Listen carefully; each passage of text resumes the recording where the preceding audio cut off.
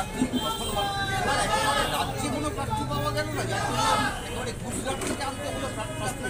সেটা তৃণমূল দলের দেউলিয়া হতে পারে, আমি জানি না। আমার বিরুদ্ধে যে কেউ প্রার্থী হতে পারে, সে যে কোনো জাতের, যে কোনো ধর্মের, যে কোনো বর্ণের আমার বিরুদ্ধে প্রার্থী হতে পারে। ভারতবর্ষের যে কোনো প্রান্ত থেকে সে প্রার্থী আসতে পারে। আমার প্রশ্নটা অন্য জায়গায়। প্রশ্নটা আমার যে যাকে গুজরাট থেকে প্রার্থী করা হয়েছে সে গুজরাট নিয়ে কিছু বলছে না কেন, গোধরা নিয়ে কিছু বললো না কেন, মোদীকে নিয়ে কিছু বললো না কেন, বিলকিস বানু নিয়ে কিছু বললো না কেন? আমার এগুলো প্রশ্ন।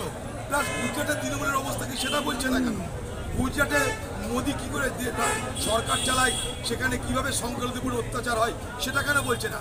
সেখানে কি করে মসজিদে আজান দেওয়ার সব কিছু নিষেধাজ্ঞা হয়ে যায়, মসজিদে মানুষ আজান দিতে পারে না কেন, সেসব নিয়ে তো কোনো প্রতিবাদ করছে না। তাদের মুখে মোদীর নাম বেরোচ্ছে না, তাদের মুখে অধীর চৌধুরী।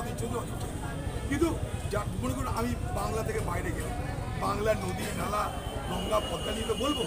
যারা গুজরাট থেকে আসছে তারা গুজরাটের বিজেপি নিয়ে কিছু বলছে না, এটা আমার কাছে বড় প্রশ্ন। 2 নম্বর, যে আজকাল তো যারা বড় বড় খেলোয়াড় তারা অন কন্ট্রাক্ট খেলতে যায় এদেশে বিদেশে সব। এখন ভোটের বাজারে কন্ট্রাকচুয়াল কোনো ব্যবস্থা হয়েছে কিনা আমার প্রশ্ন।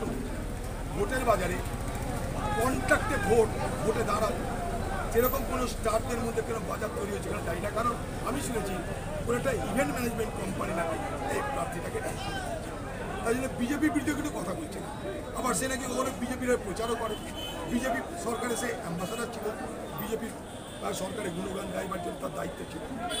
আমি আবার বলছি কোনো ব্যক্তিবিশেষ কারোর বিরুদ্ধে আমার নেই, আমার লড়াই মমতার বিরুদ্ধে, তৃণমূলের বিরুদ্ধে। কিন্তু যেহেতু তুললেন আপনার প্রার্থীর কথা, তাই আমি বলছি এই প্রশ্নটা কিন্তু অবশ্যই করা দরকার যে গুজরাট থেকে এলো যারা, তারা গোধরা নিয়ে কথা বলছে না কেন, তারা বিলকিস বানু নিয়ে কথা বলছে না কেন, তারা মোদীকে নিয়ে কথা বলছে না কেন, তারা কী করতে এখানে এসছে, এটাই প্রশ্ন। তারা কিন্তু কন্ট্রাক্ট এসছে, যেমন রাজস্থানে কোনো মানুষ মারা গেলে তার জন্য চুক্তিতে কাঁদানোর জন্য লোক পাওয়া যায়, যাকে বলে রুদালি। কাঁদার লোক নাই, ভাড়া করে লোক পাওয়া যায়, সে কেঁদেই যাবে।